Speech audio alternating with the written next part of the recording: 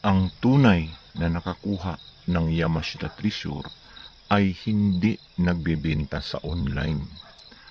Pero, pwede itong ipinapakita sa social media. Bakit? Hindi naman natin siya kilala Hindi naman ninyo kilala. Pinapadala lang sa atin ang kanyang video na walang itsura, walang mukha at walang lokasyon. Kumbaga walang bakas na pwede siyang masundan.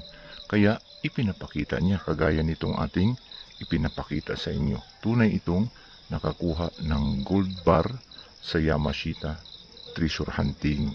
Umaga bro, ito yung wala sila biya dito pag mag-alis. Ito yung binawasan ko. Yan. Bigat dito. Ito na galing ko. Kami, bilis kong magtuloy.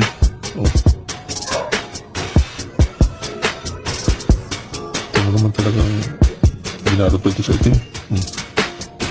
Bro, magandang umaga. Umaga bro, ito yung wala sila biya dito.